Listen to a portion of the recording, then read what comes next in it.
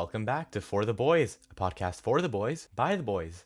Now, today I have a special episode. I have a discussion here with Christian Lopez. He hosts his own podcast called Behind the Masculinity, where he talks about very similar topics. And I'm really lucky that he took time out of his day to really sit down and talk with me about how he sees masculinity. Now, in this episode, we talk a lot about different issues and kind of graze over them, but our main topic here was about masculinity and what it really means to be a man. I hope you all enjoy the discussion with Christian and I. What's up, Aiden? Hey, how are you? I'm good, man. How are you? I'm good. Sweet, man. Nice mic setup, man. Damn, it's a much better setup than I got. Yeah. How old are you? I'm 16, actually. 16? What? Yeah. Oh, that's awesome, man. Thanks. That's awesome, man. That's awesome that you're talking about this stuff at such an early age, man. Yeah, I mean, it's something that's, always really affected me even since I was younger. And I always kind of known that I want to do something with people or with speaking. So I thought, Yeah, I might as well start something now. that's awesome, man. Cool. Yeah, I mean, this is something that I didn't get into until fairly recently, like a few years back. And same thing with speaking. Like you ever heard of Toastmasters? No.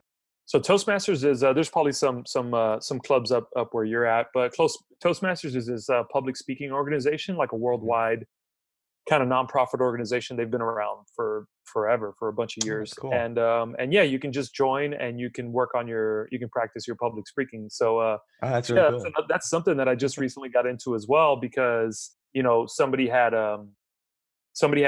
recommended it to me for a job that I was applying for.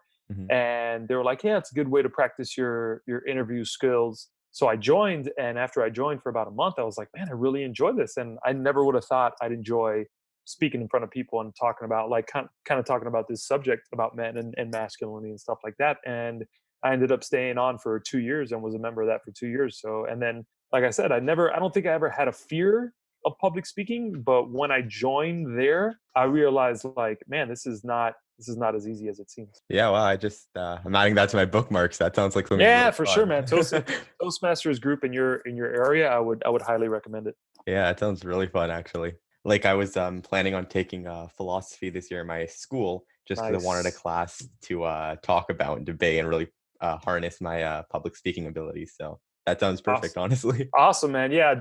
Another thing, man, it's philosophy is something that I used to hear about philosophy and think to myself, like what's so cool about philosophy? Like, who Mhm. would go to college and like study philosophy? But now that I've been doing a lot of work on myself, and Stoicism is a philosophy that I've been reading into a lot for the past few years. Mhm. And I'm like, now, like, philosophy totally like turns me on. And like, I'm like, man, philosophy is great. It's great to just have conversations like this of what the meaning of life is to everybody, and hear Yeah, for everybody's sure. different perspectives and opinions and beliefs and stuff like that. So yeah, I'm a big fan of philosophy too. Yeah, I've always found really interesting, what people think about certain subjects, what different kind of point of views everyone has, about Hmm. if it's whether it be about life, about a certain topic, just so many different things, and seeing kind of how everyone thinks of either really similar things or really different things. It always comes together, and it's really nice.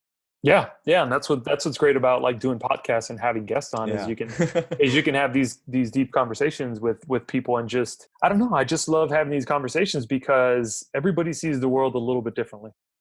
Exactly. And Yeah. you can always learn something from somebody, or you can always, you can have a conversation with somebody. They might say one little sentence that piques your interest, and that one little sentence just makes you like, look, like we were just talking about Toastmasters. You Right. might go Yeah. look Now up that Toastmasters. Yeah, and you might join, and it might tremendously help you in your life. Oh no, for sure. Yeah. Yeah. There's just so many different really cool things about, I don't know, philosophy and all kinds of things like that. Yeah, agreed, And man. I don't know, it's just always been something that interested me. So Yeah, yeah. cool, man. So what urged you to start this podcast or start this work that you're doing? So firstly, quarantine, being stuck at home. Yeah. I also, in my family, I have some members of my family that are more prone, corona would be more dangerous to them, right? Oh, okay, So gotcha. I was had a much stricter lockdown. I wasn't able to meet Hmm. friends till about like 2 months ago. And I only started going out to even going out to buy like the groceries. And we only started Hmm. going like 2 months ago before we'd have it all delivered. So I was like, okay, clearly gonna be something pretty long term. I'm gonna be Hmm. bored out of my mind doing Hmm. nothing all summer because I'm very much someone that has to do something. Hmm. So I'm like, you know what? I should try to think of ways that I can do stuff that'll help me, or that just I can really use my creativity and really focus on things that I enjoy. Awesome. And then I started thinking, and I'm like, okay, I can do this, I can do that. And then I finally came, I feel like a podcast could be a fun thing because Hmm. I always had a love for speaking. I have many opinions, and so then the only problem was then trying to figure out what kind of podcast I wanted to make, right? Hmm. And something within my friend group, a lot of times like people come to me when they need help or when they have issues, because I really like to like just help people follow through with their issues and like whatever, try to help them as much as possible, so the Hmm. problem obviously goes away. And I started thinking of ways I can incorporate that. And at first I thought of doing something just completely like a quote unquote something called like a teenager therapy or something, where it's like Hmm. I'd help only teens. But then I saw that exact thing actually already exists. I'm like, okay, Hmm. well, if it already exists, it's best to try to think of something, and Yeah. I kept trying to go and go and go until I found there isn't really one that is catered towards men and teens. Hmm. So that's where I came up with this. And then I also thought of another idea, and I couldn't really choose between the two. So I just said, you know what? I'm just going to do both. Nice. So then I have another one, which is like getting like a roundup of everything entertainment related Hmm. and going like quick fire, like 1, 2, 3, 4. So saying like everything that happened in the week within like 4 or 5 minutes, Oh, trying to okay. get it so it's Gotcha. easy. Yeah. Gotcha. So that's more of Both of a which more, that's more a fun one, then. I mean, to me, both are really fun. Yeah. But that one I would say is probably easier because I mainly just spend time, finding the information. Whereas this Hmm. one, it's more actually having to think about it and like really Yeah. get through everything. Yeah. Cool, man. I think that's awesome, man. Yeah. Same thing for me. This is this podcast is I started my podcast about a year ago, about a year and a month ago, back in July of 2019.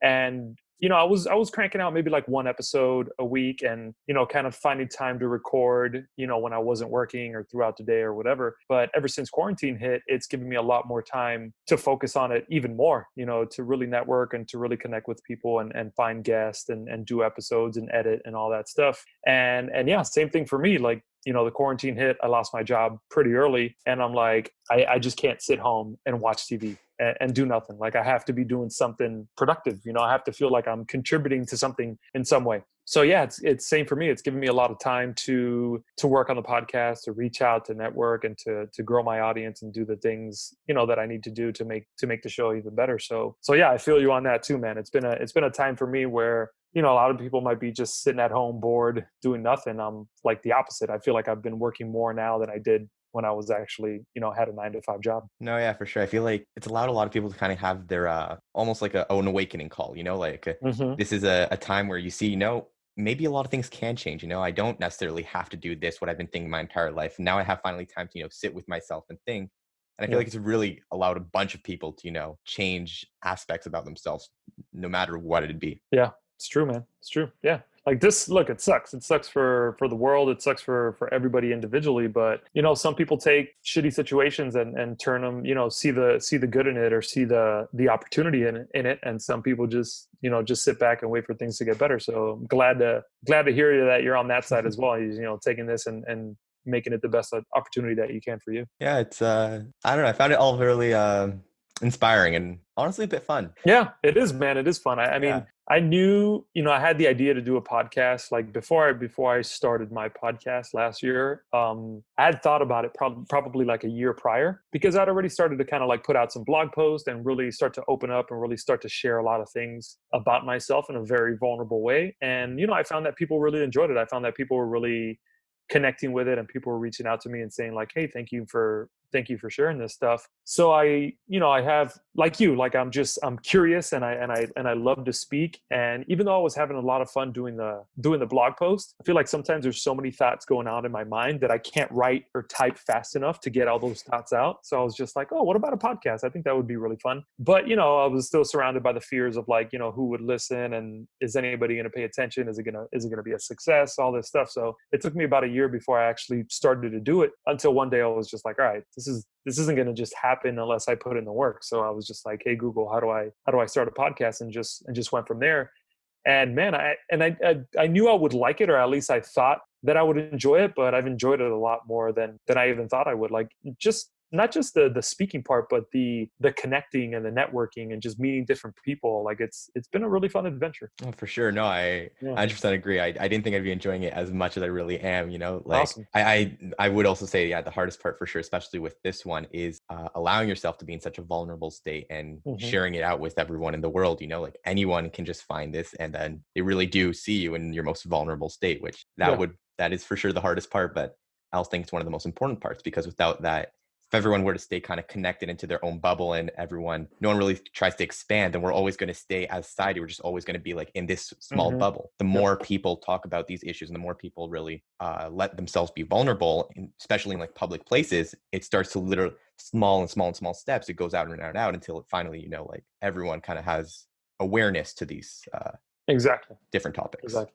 Yeah, and that's the key word too, is awareness. Building that awareness first. Within ourselves, within our communities, of like, if you're not aware that these things are going on, or these problems are occurring, or you have these fears or these insecurities inside of you, then you're never going to do the work to try to overcome them, or you're never going to try to do the work to try to improve.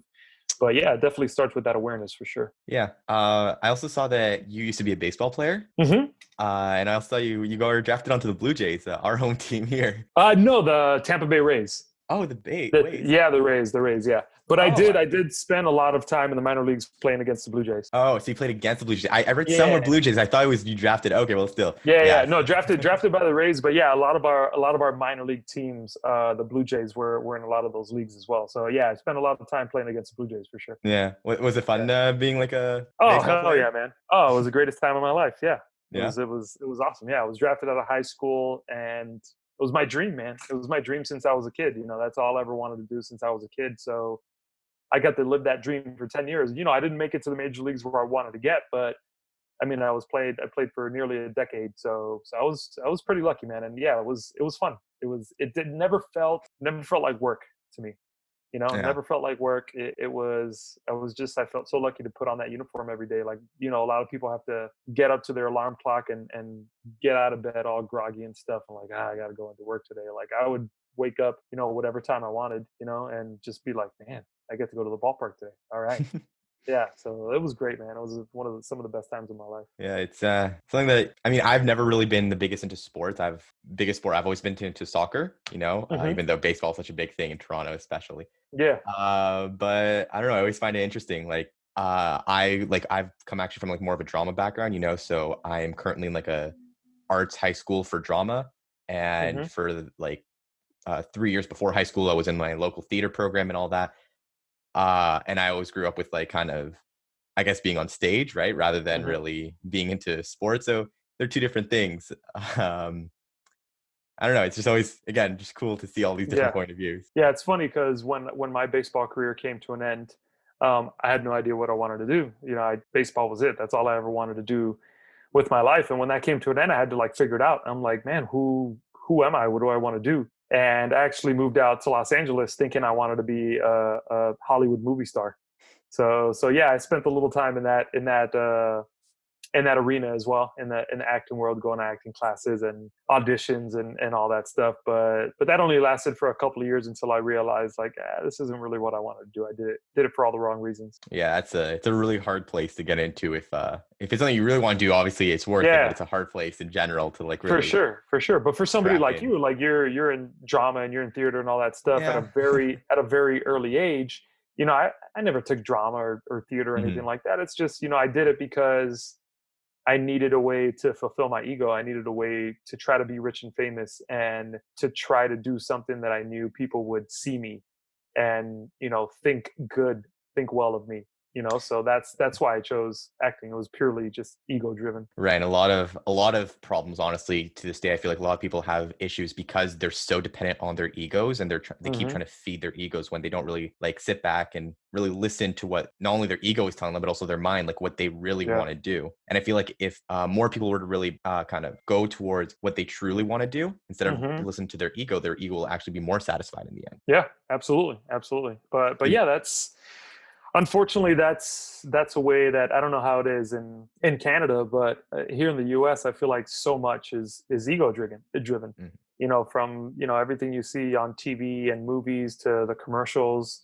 It's all about like, making yourself better, look better, making yourself look, your body look better, making yourself look better than the person next to you, and making you feel like you're not enough. So you need to buy this product, or you need to, take this vacation, or you need to do this, or you need to do that. So much of it is ego driven, No, unfortunately. yeah, I 100% agree. Like, especially like you see all like the billboards of like, the really tall, lean, strong men with like the six-pack abs that like Hmm. you can only dream of ever getting. And Exactly, exactly. with like the American Eagle jeans on, and then it's always Hmm. plastered. It's like made with like a beer bottle, and like this is what it is to be a man. And then Yeah, people only see this and they're like, well, that's what I want to be, even though time it would take firstly to get to that place, and also how realistic it would be for every single person to get to that. exactly. It isn't. Exactly. And I think that's what sets us up for, a lot of the stuff that it seems like you want to talk about on your podcast. A lot of stuff that I talk about on my podcast is that sense that we're not good enough.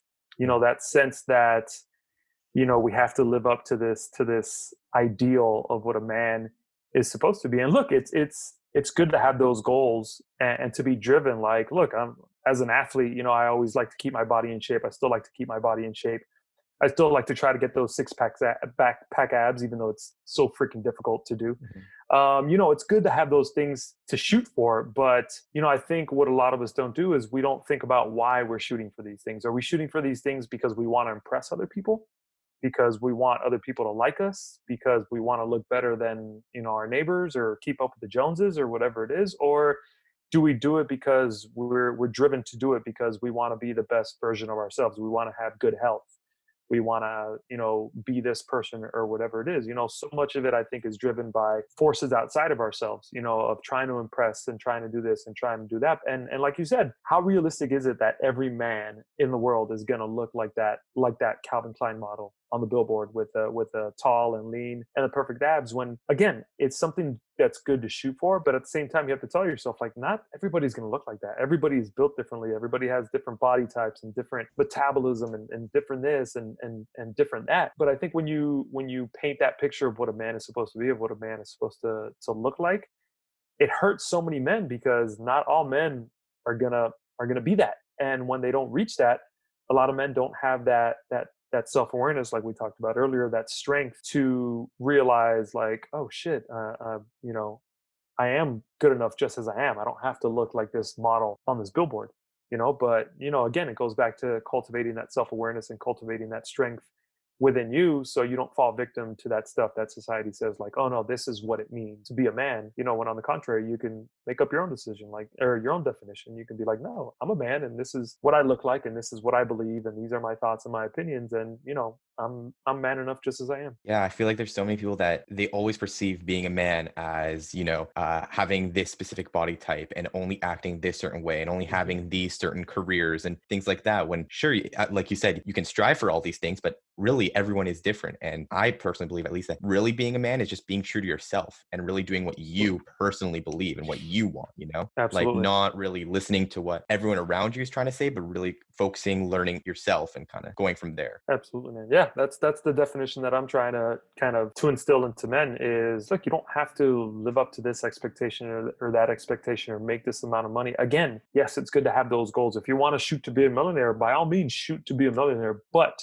don't wrap up your identity and your self-worth with those $1 million, because that's something that I did with baseball. I wanted to be a big leaguer, I wanted to be a Hall of Famer, I wanted to do all these things, but the mistake that I made was telling myself, I'm only going to consider myself successful, I'm only going to consider myself good enough if I reach these heights, if I reach these goals, if I accomplish all these things. That's the only way I'm going to consider myself good enough.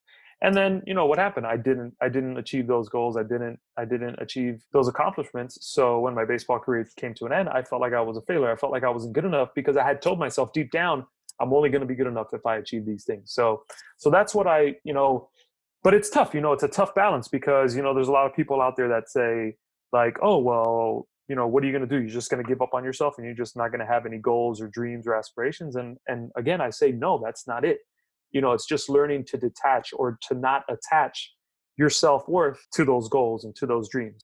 Telling yourself, this comes from stoicism, which I've been reading a lot about. They have this tenet. I always butcher the pronunciation. It's something like premeditatio malorum or something like that. I'm probably butchering it, but you can look it up. Where they say, think about all the things that could go wrong. And I know that sounds kind of pessimistic, and I've always been an optimistic person, but it's not to do it. It's not to think like, oh, my life sucks. The world is against me. Everything always goes wrong. Boohoo. Self pity. No, it's just to take me for example. I wanted to be this major leaguer. I wanted to be this Hall of Famer. If I were to practice that in my life, or if I were to have practiced that in my life back then, I would have looked at those goals and be like, hey, these are my goals, but I also have to tell myself the odds of me reaching those goals are very, very, very, very slim. It's not that I'm not going to believe in myself, but it's just to let myself know, hey, there's a really good chance that you might not accomplish this. There's a really good chance that you might, in your eyes, fail. It's not going to stop me from working hard and continuing to believe, like, I don't care what the odds are. I believe I can make it. But just being a little bit more realistic and realizing like there's a chance that you might fail. And even if the odds were stacked against me and I was still good enough, I can get injured. Anything can happen along that route. I can get in a car accident, whatever it is. There's you can't control life. Life happens. Whether you want it to or whether not, life is going to happen. So just having those goals and those aspirations and be driven to what it is that you want to accomplish, but at the same time realizing like anything can go wrong. And again, it's not being pessimistic. It's just realizing like, hey, things can go wrong. I'm not Superman. I'm not perfect. Things can go wrong. And if things go wrong, not to say that it's not going to hurt or that's not going to feel terrible, but I think you're a little bit better prepared to handle that adversity when you could admit to yourself, hey, this might happen. So that's kind of what I'm trying to instill in men. Like, still have those goals and those dreams, but at the same time, like, whether you accomplish that or not, that doesn't justify whether you're good enough or not. Don't hang your laurels on what you accomplish outside of yourself. Like you said, find that confidence within, because I think when you find that confidence within and you can show up to the world in anything that you do confident that you're already good enough, whether you lose or whether you're victorious, you can go to bed that night, put your head on your pillow and think to yourself, I'm good enough just as I am. Whether I won today, whether I lost, it doesn't matter. I'm good enough just as I am. So that's the definition that I'm kind of trying to instill in men of what it means to be a man. Yeah, I I agree like 100%. And I think the fact that so many people kind of go against it and they say, if I don't reach these goals, I'm not a man. I feel like that's Exactly. why there are so many men, especially in this generation, that do suffer from depression and anxiety and things like that. Hmm. And then when they also, the whole other thing of having depression isn't manly, like feeling upset isn't manly, then that causes their depression to get worse because then they're scared to tell other people because they're like, well, if I tell someone I'm depressed, they're going to think I'm unmanly when I already Exactly. think I'm unmanly, and then it's just snowball effect that rolls and rolls and rolls and Exactly. rolls and rolls, which only gets worse and worse and worse. And Hmm. there's so many men, teens, old, like everyone that just suffers from depression, but it just never gets talked about because of how much of like a taboo topic it really is, Exactly. especially in men. Exactly. And one of the things that I found the most from doing this podcast, from doing this work, from joining some of the men's groups and men's communities that I've joined is, yes, we're so afraid to admit it because it is something that's considered taboo. It is something that's considered unmanly. You're at risk of being shamed, of being ridiculed, of being called all these terrible names that men are called when they're a little bit more intimate or a little bit more feminine. What I found is that when you finally muster up that courage to share that stuff and to open up about it, you realize, I was just having a conversation with somebody about this earlier, you realize that you're not alone.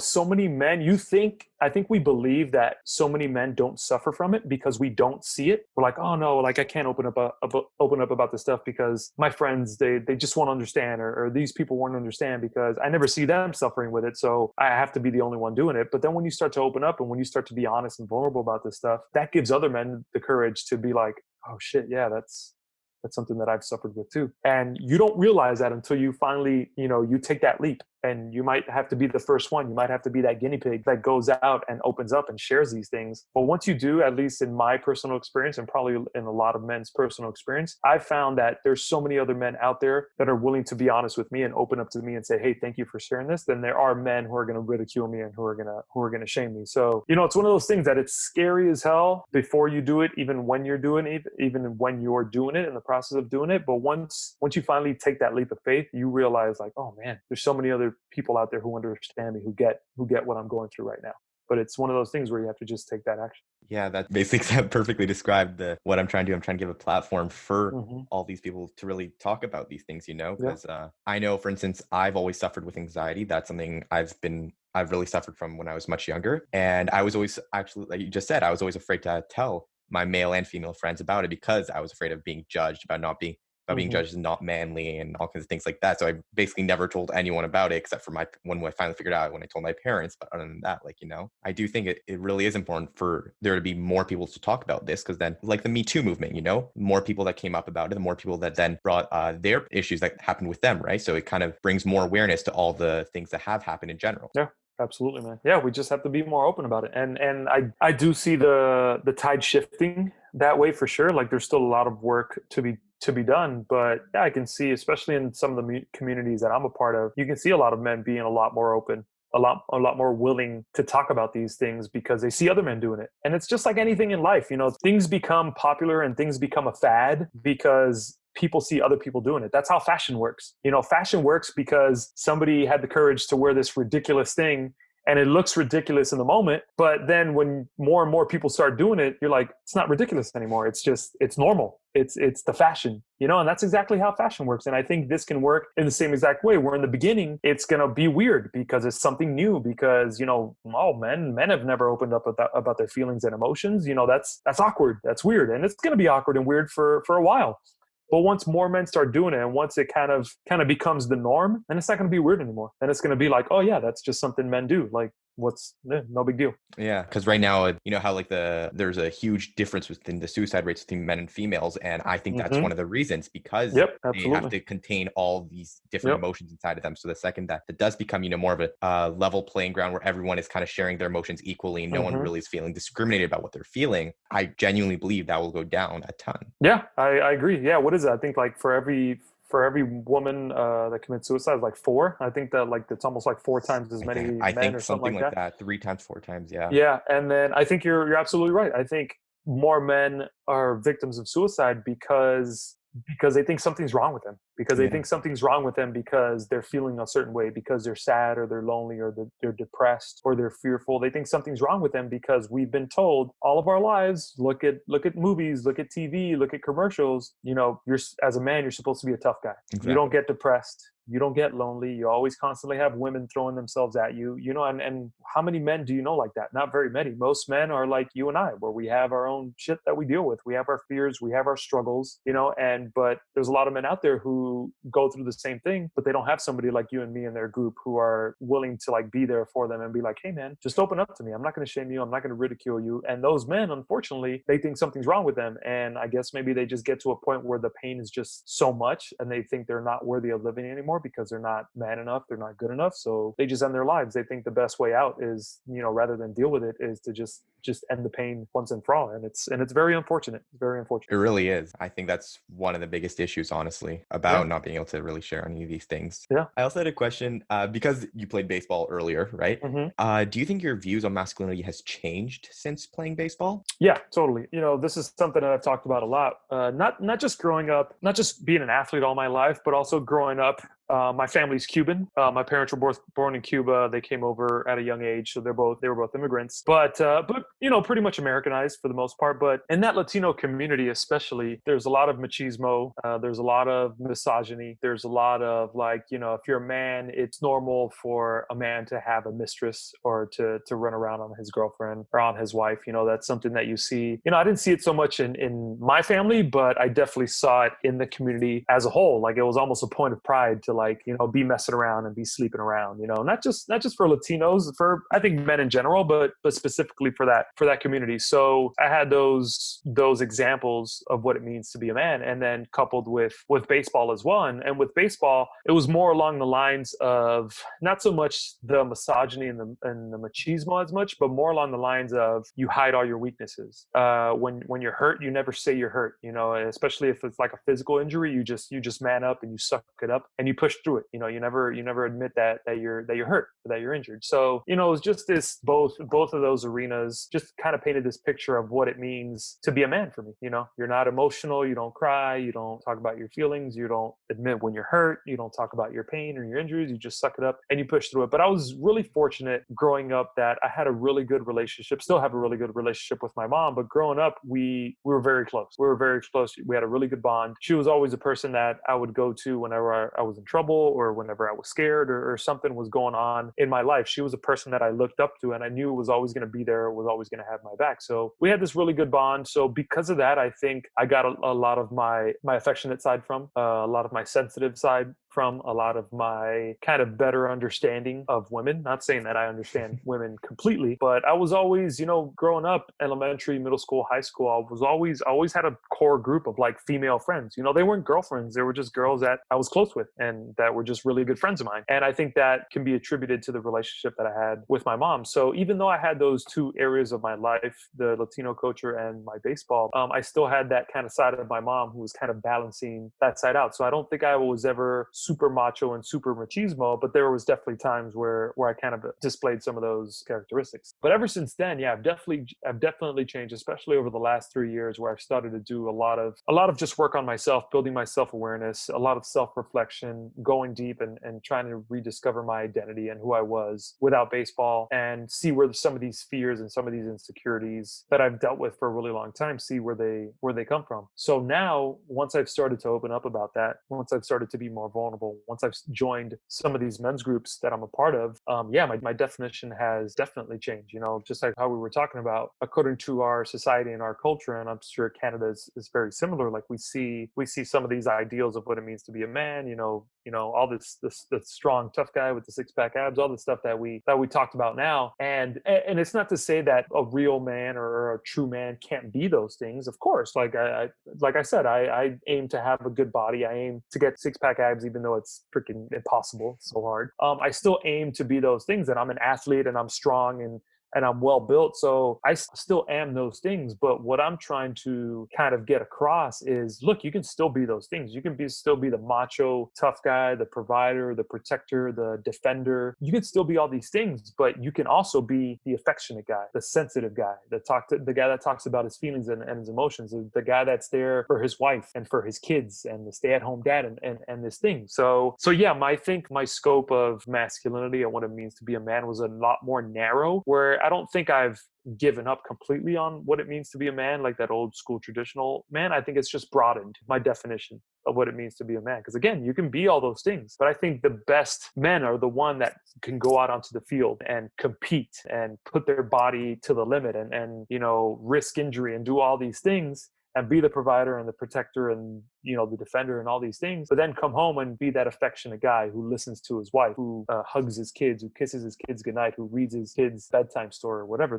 I think for me, that's the man that I want to aim to be. So I still want to be tough and do all these things, that's typical of men, but I want to be able to come home and be that affectionate, loving person for my wife, for my family, for our little dog, be all these things. I think that's the best examples of men are men who can be both of those things, just not one side or the other. Yeah. Like you said, there's the other side of like the affectionate and the emotional and, the more sensitive one. So I've always been more on that side. And because of that, obviously growing up my entire life, I've always been called like gay and things like that, right? Which there's nothing wrong with being gay. No, right? not at all. Obviously there's nothing wrong, but it's just when you're not, keep being kept calling things, especially at such a young age, it starts to build up and up and up. So it's always been like, maybe I am because everyone keeps telling me that, but I know I'm not because I know I'm attracted to women, so it keeps, there's also that whole thing where there has to be like a normalization of, like you said, men can be the masculine, not masculine, but like the tough, the macho, all that, but they can also be the emotional, the sensitive, and they can be a mixture of both. There's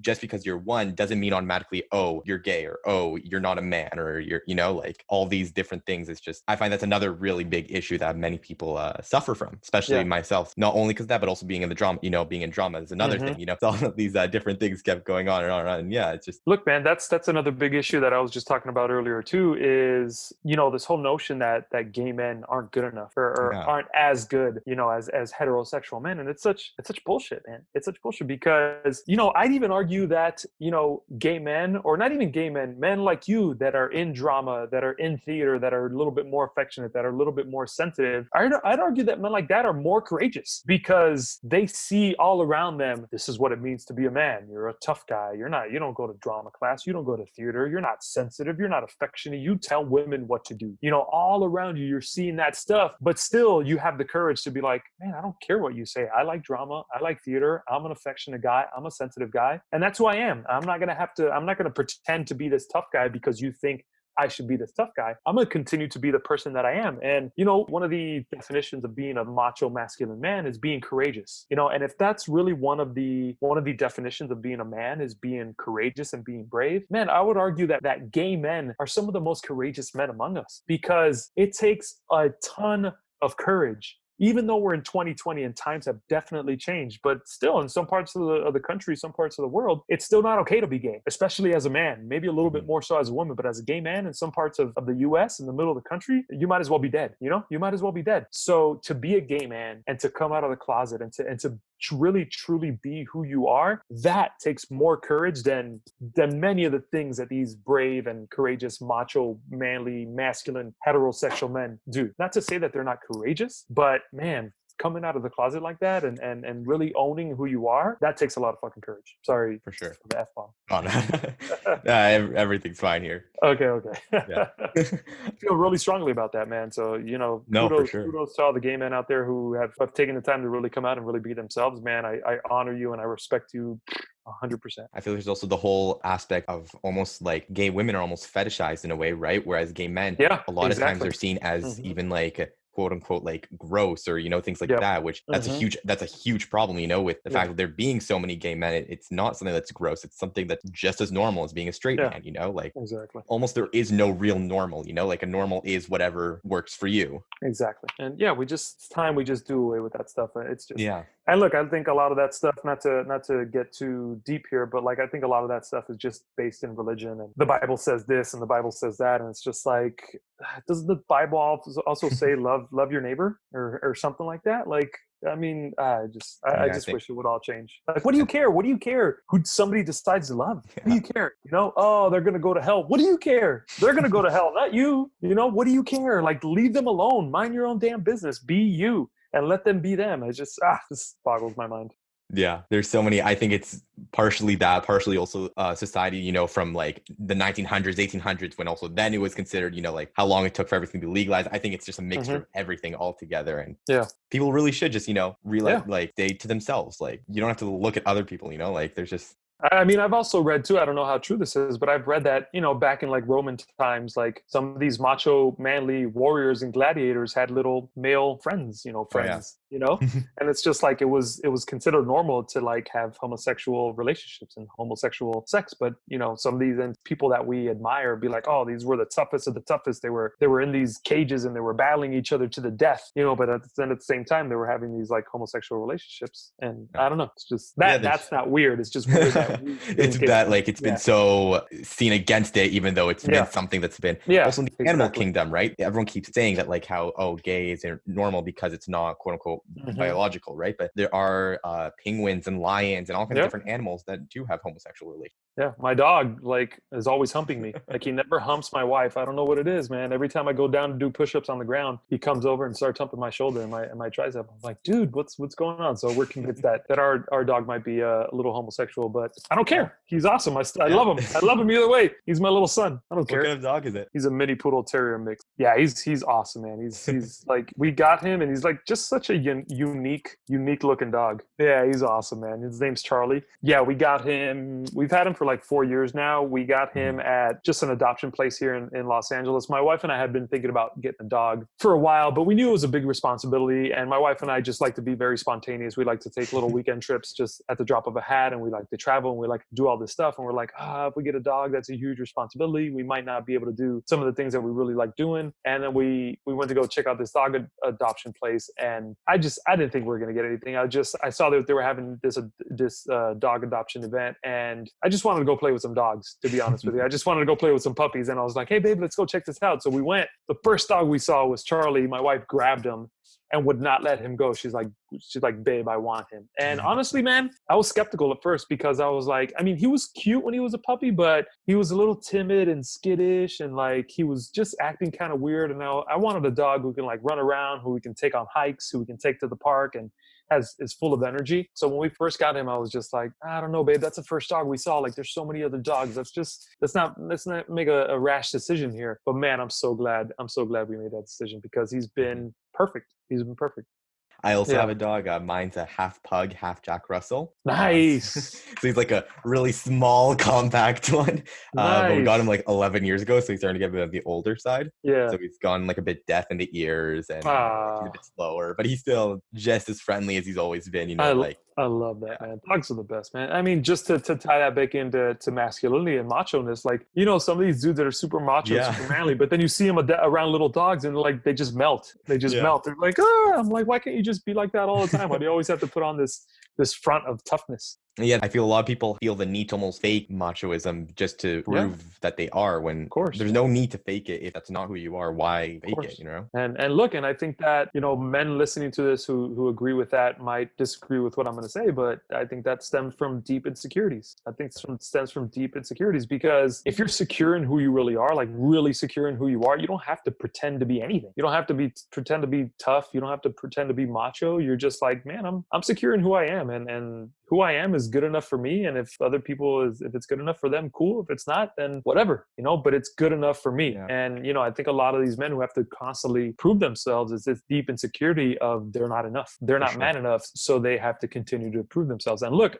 I think a lot of the blame on that, not all of it, I think we still have control ultimately of our own lives, but a lot of that blame goes to this societal norm of like, this is what it means to be a man. And when you constantly keep telling men like, oh, this is what it means, you have to do this, you have to buy this, you have to say this, you have to do this, if we're constantly telling dudes and painting this picture of what it means to be a man, and then men don't live up to that, they're going to think they're not good enough. So they have to go prove it some other way. Yeah, exactly. It's for sure a mixture of insecurity, and also like societal norms, and like how the media portrays men and everything, it's a mixture of all of them. Like if someone does feel insecure, and then they see that in media and in everywhere, that is how they're meant to be. Obviously, they don't want to feel insecure, so they're going to try to become whatever that is, right? Of course. So firstly, if a person is secure enough in themselves to really say, no, I don't want to do that, it's amazing. It's a really strong personality trait, but sadly not everyone's like that, right? Some people, they kind of need the feel to be connected with everyone, right? Mm-hmm. And then that's where it's almost, we have to kind of change what the media and societal norms say, and then so they can realize that it's okay for them to be themselves and not to be always macho or not to be super, like all these different things. That's another thing that you pointed out, and I'm glad you did that fact about connection and about being part of a group and about belonging. That's huge. That's huge, because as human beings, we all want to belong. We all want to connect. It's like wired into us to be part of a group, to be part of a tribe. And I know that's a big part of it too, is men pretend to be this macho masculine man so they can fit in, so they don't stand out, so because, back in the day, for us human beings to stand out mean we were kicked out of the tribe. And if we're kicked out of the tribe, then we're going to starve, and we're going to, be in the cold, and we're going to die, so it all kind of comes back to this fear of death. So that part, that you said about belonging and connecting is huge, because all of us want to feel that. And I think that's why we pretend sometimes. That's why we put on this mask, so we can fit into that certain group that we want to be a part of. But another big thing that I've noticed when I've started to kind of take off that mask and start to be a little bit more open and a little bit more vulnerable, even though it's funny, because you think that by doing so, you're going to stand out. You're going to stand out in a bad way. You're going to be like, oh, people are going to make fun of me. People are going to say I'm different. People are going to say I'm this, I'm that. But it isn't until you finally start to do it that you realize, like, again, how we talked about, I'm not alone. When you start to really open up and own who you are and accept that, guaranteed, without a shadow of a doubt, you will find your community. You will find the people that you're meant to connect with. You will find the people that you're meant to belong to. You will find it. It's scary as hell. It's one of those things that you're not going to believe until you actually do it, because, your protective part of your brain, the part that wants to keep you alive, the part that wants to keep you safe, is like, no, no, no, no, no, just fit in with this group right here.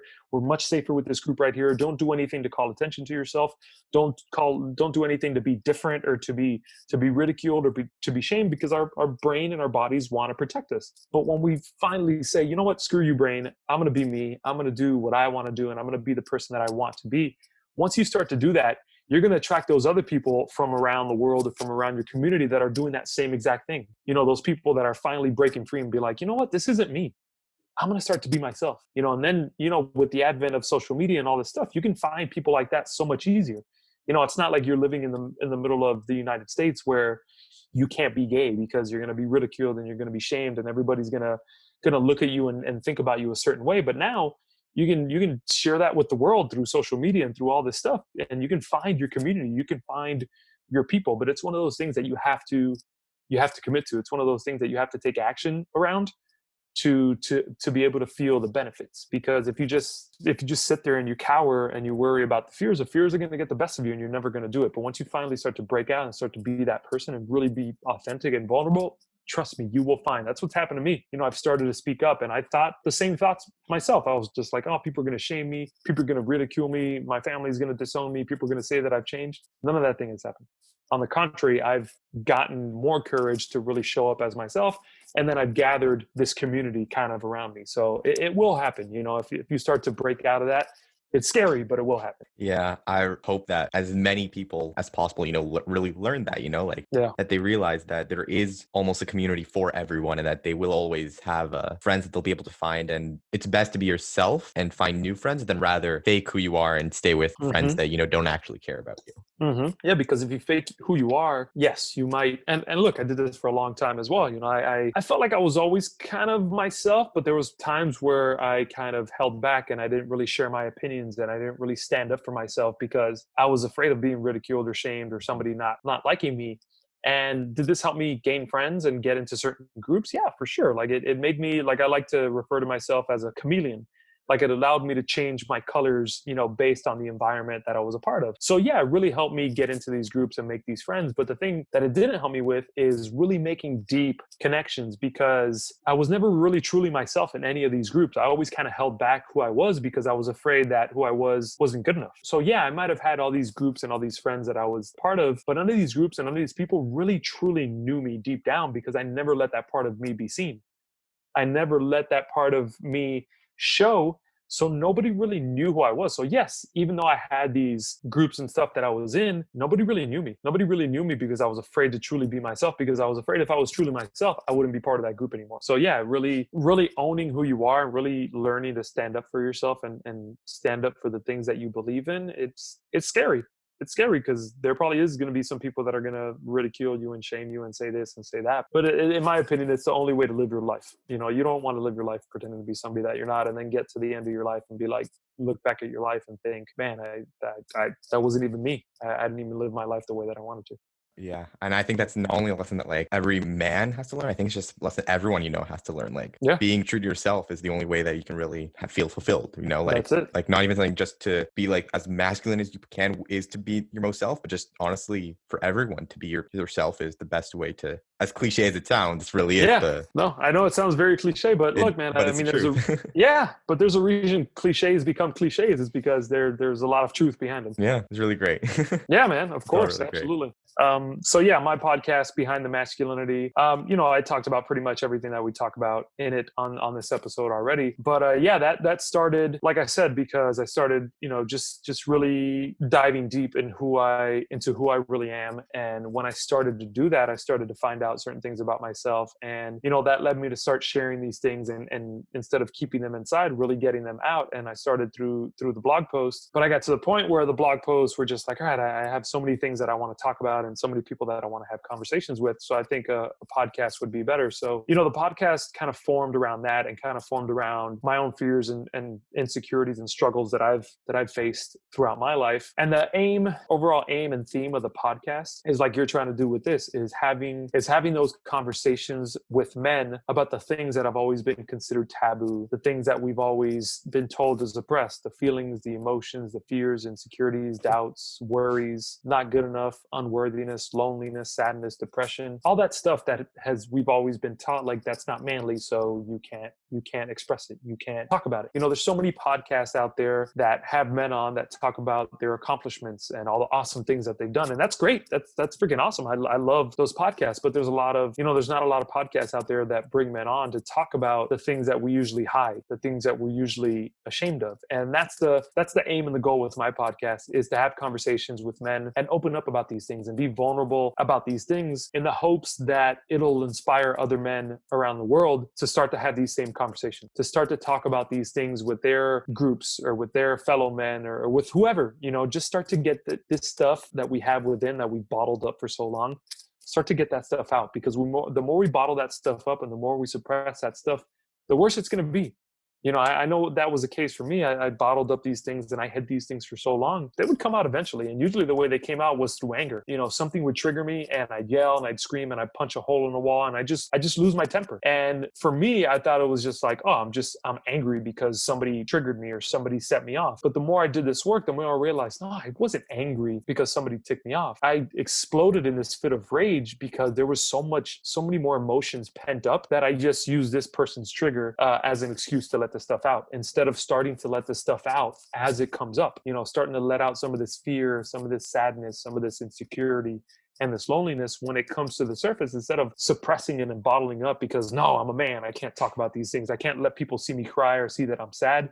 Now, any opportunity that I get to cry, I cry. I don't mind it. I don't mind it because I'd rather let that stuff come up authentically than to suppress that stuff, and then it's going to come out eventually. Usually it's in anger. But the thing is, what a lot of us men don't realize is that we think we're angry, but we're not really angry. We're not really angry. There's something else beneath that anger that caused us to explode in such a way, something that we need to take a look at a little bit deeper. Because if we've done the work to really go deep within ourselves and really build that self-awareness and really start to figure out who we are and where our fears lie and where our insecurities lie, those fits of rage are going to be fewer and further between. I've experienced that myself. I used to get just triggered by things that my wife would say, and it wasn't anything that she was saying to put me down. It was just something that she would say that would piss me off, and I'd lose my temper. And looking back, I'm like, why was I losing my temper? I was losing my temper because there was so much fear and so much insecurity beneath that anger, that when she would say something that would kind of poke that wound of fear, and it wasn't like she was trying to poke that wound on purpose, but that wound was there. So something she would say would just poke that wound of fear that was filled with fear and insecurity and unworthiness. And instead of talking about that fear and that insecurity and that unworthiness, that's not